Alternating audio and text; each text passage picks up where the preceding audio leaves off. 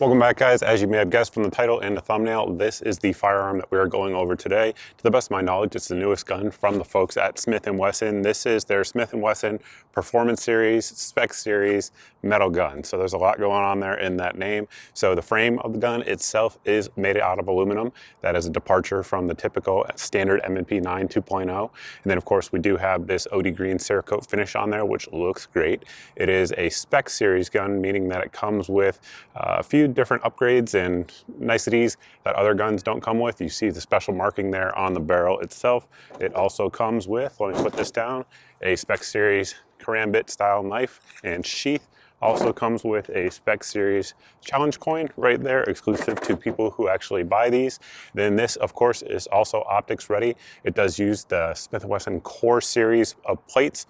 Then we also have our compensator out here at the end. This one is actually manufactured by Faxon, but it does come with the gun straight from Smith & Wesson when you order it. It has ports on each side and then a large compensator on top. Our slide there is milled in a couple different spots, as you guys can see.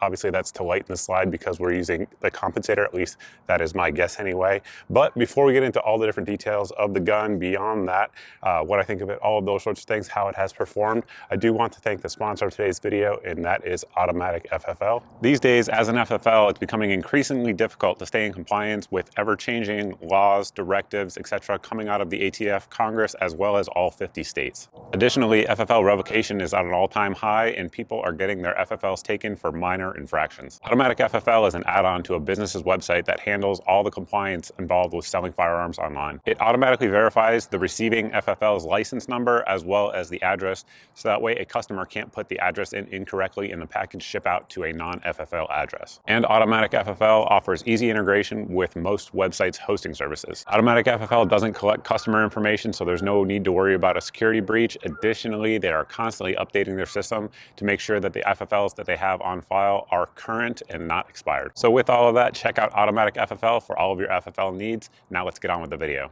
With that out of the way, I should also mention that this is going to be a Mug Club episode. We're going to do the free review of the gun here on YouTube as well as Rumble. Then we're going to head over to Mug Club and do exclusive content over there. This week's topic is going to be the Illinois assault weapons ban, which goes into effect in a matter of days. What is going on with it? Because there's a ton going on with that bill. It is horrible. And if you live in Illinois, what you need to know, and even if you don't live in Illinois, what you need to know, because it's going to be copied in other states. So if you guys are interested in that, definitely head over to the link at the website here on your screen.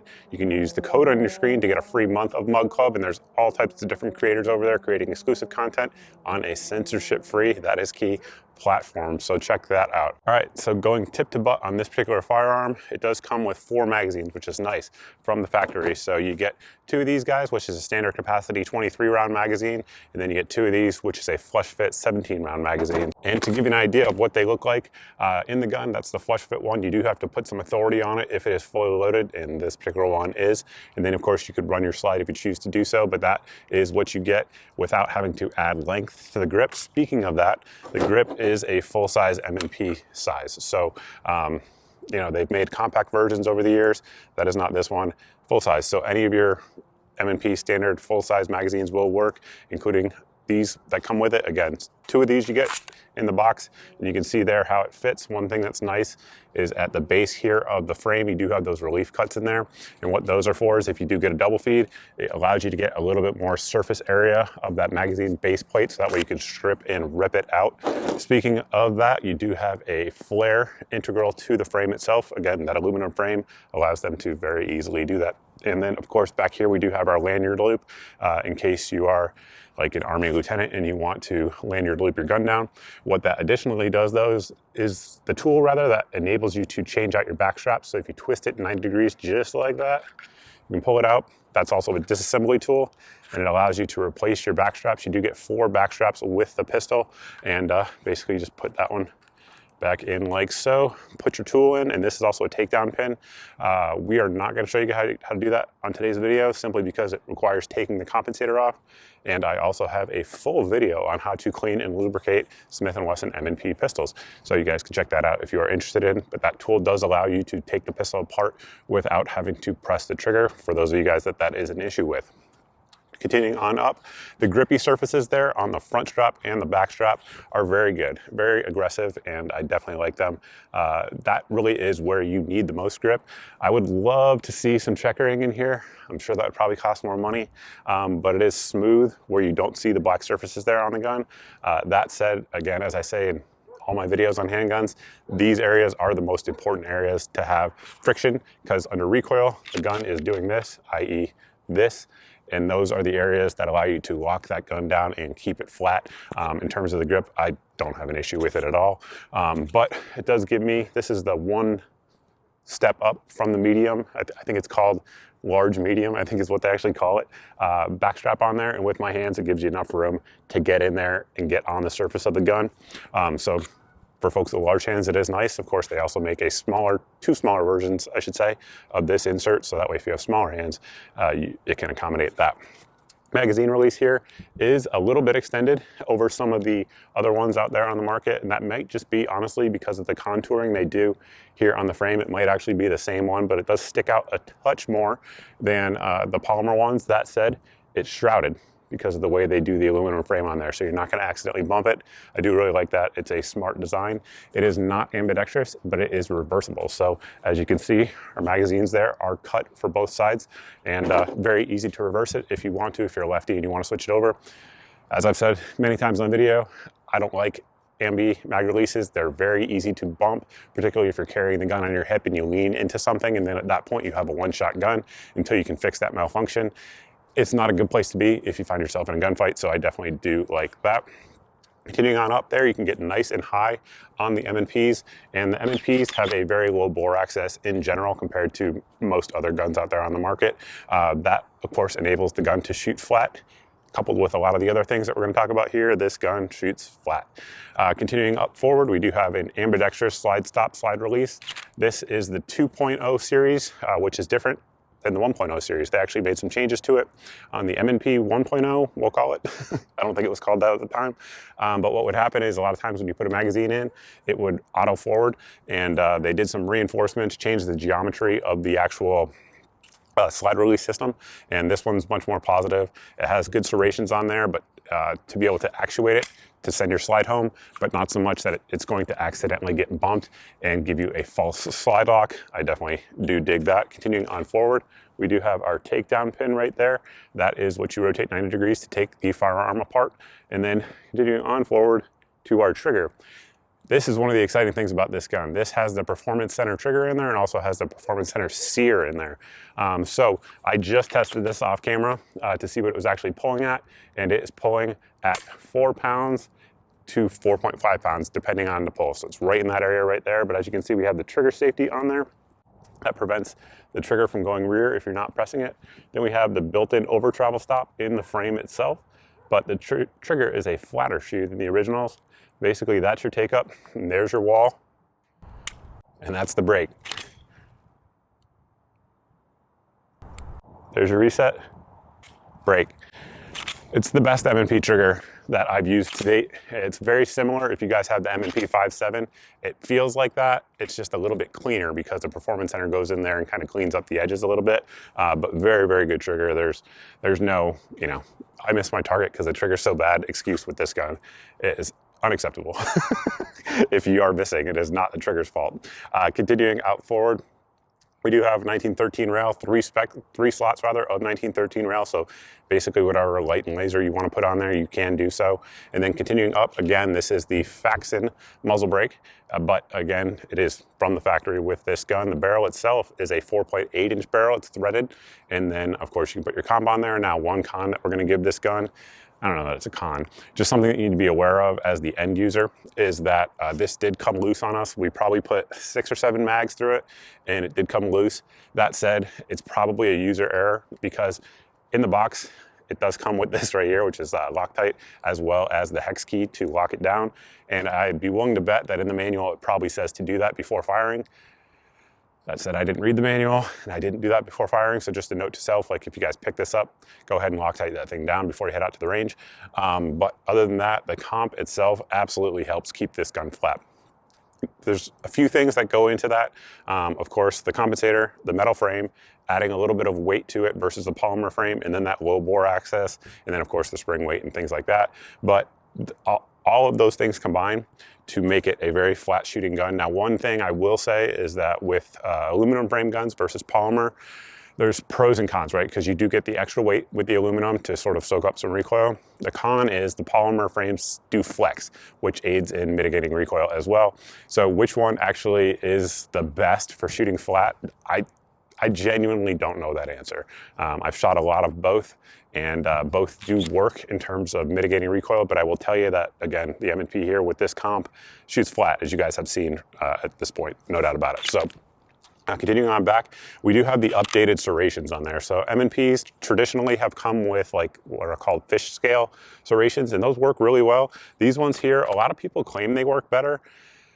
To me, both work equally well. I don't see an issue with it if you guys want to run it from the front, like I know a lot of you guys do.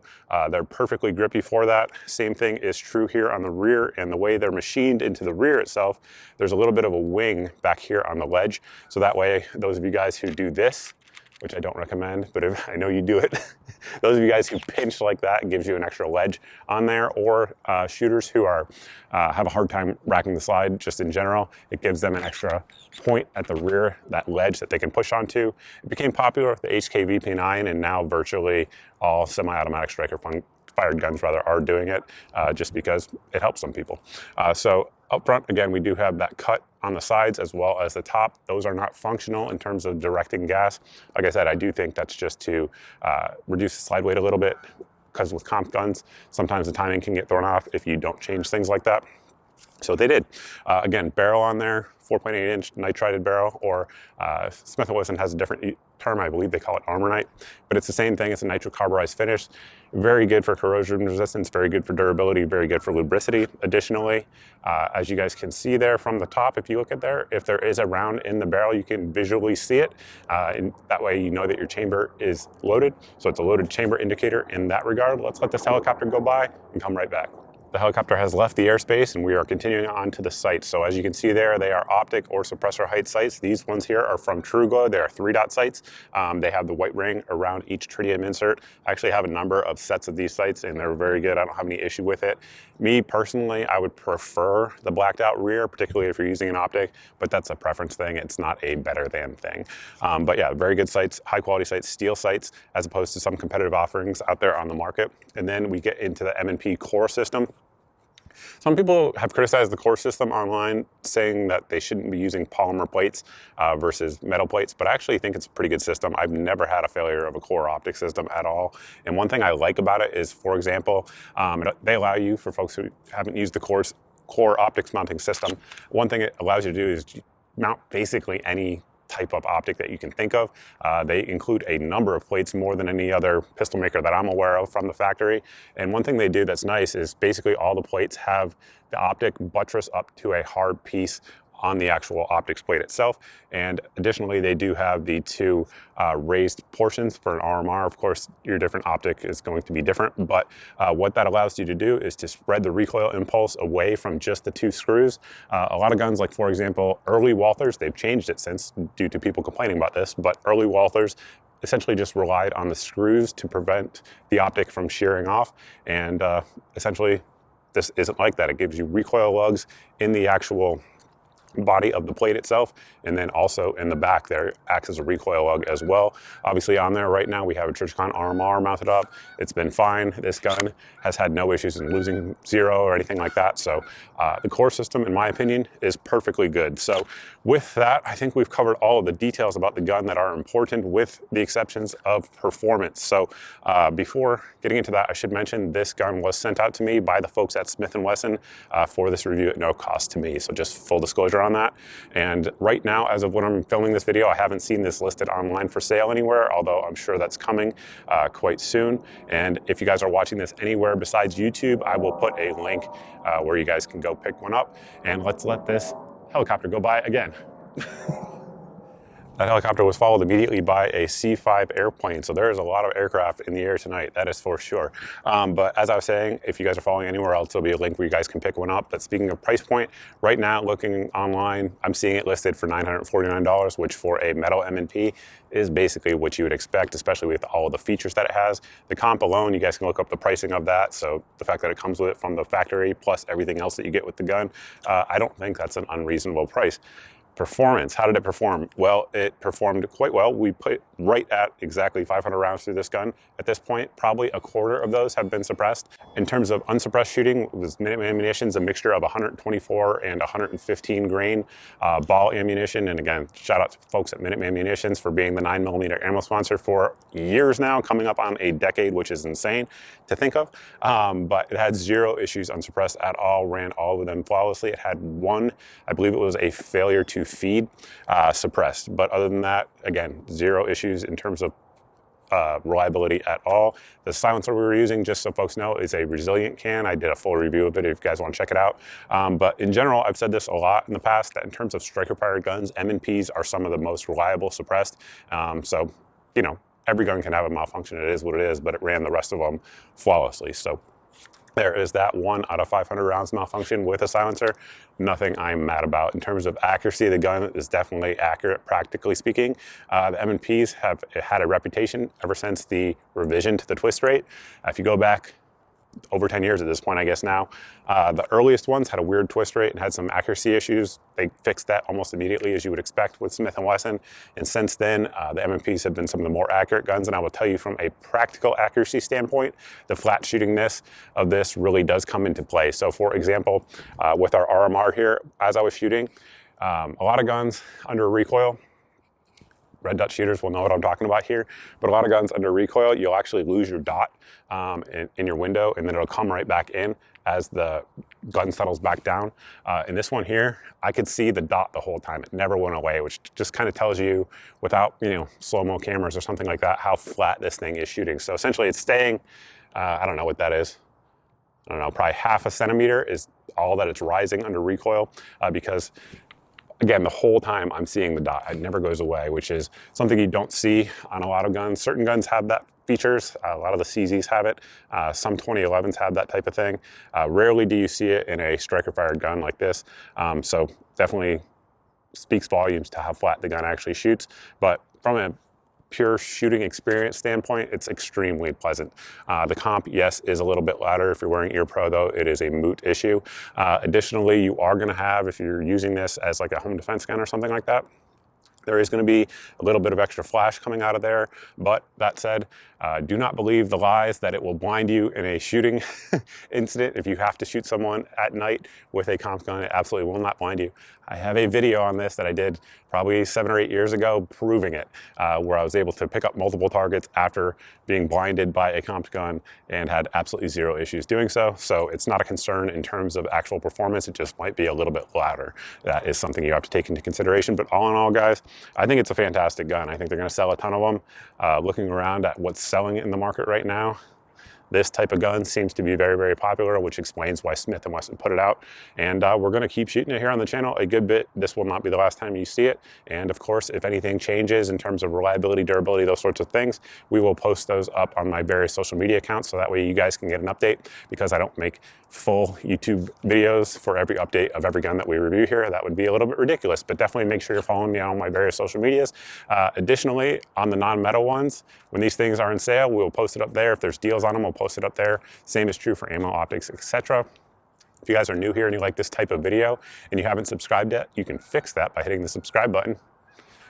Very intuitive. And then if you are subscribed and you're not seeing 2 to 4 videos a week here on the channel, that is because there's an algorithm censoring your eyes from my content. To get around that, you can sign up for my email list at the website here on your screen. This email goes out once a month, obviously not spammy in any way, and all it has is the previous month's videos that have gone out. So that way my videos go straight from me to you via an email and go around the algorithm. So definitely sign up for that. Additionally, if you guys like deals on optics, ammo, guns, other things that you might be interested in, Ear Pro, etc., those will be in my daily deals email. The daily deals email goes out every day, as the name indicates. You can sign up for it here at the website on your screen. It goes out every day. It has 8 of the best deals that we find around the internet. If it is in that email, whatever the item is, on that particular day, it's the cheapest I found on the internet. I do all the price comparisons for you to save you some time and hopefully save you some money as well. Additionally, we have a good meme in there that everyone seems to enjoy. I know folks sign up just for the meme. I see it in your feedback. And if you're just interested in getting a good Pro 2A type meme every day in your email box, sign up for it as well over there. And that is it, guys. We're going to head over to Mug Club and continue on the video. But for everybody watching on Rumble, thank you very much. For everybody watching on YouTube, piss off.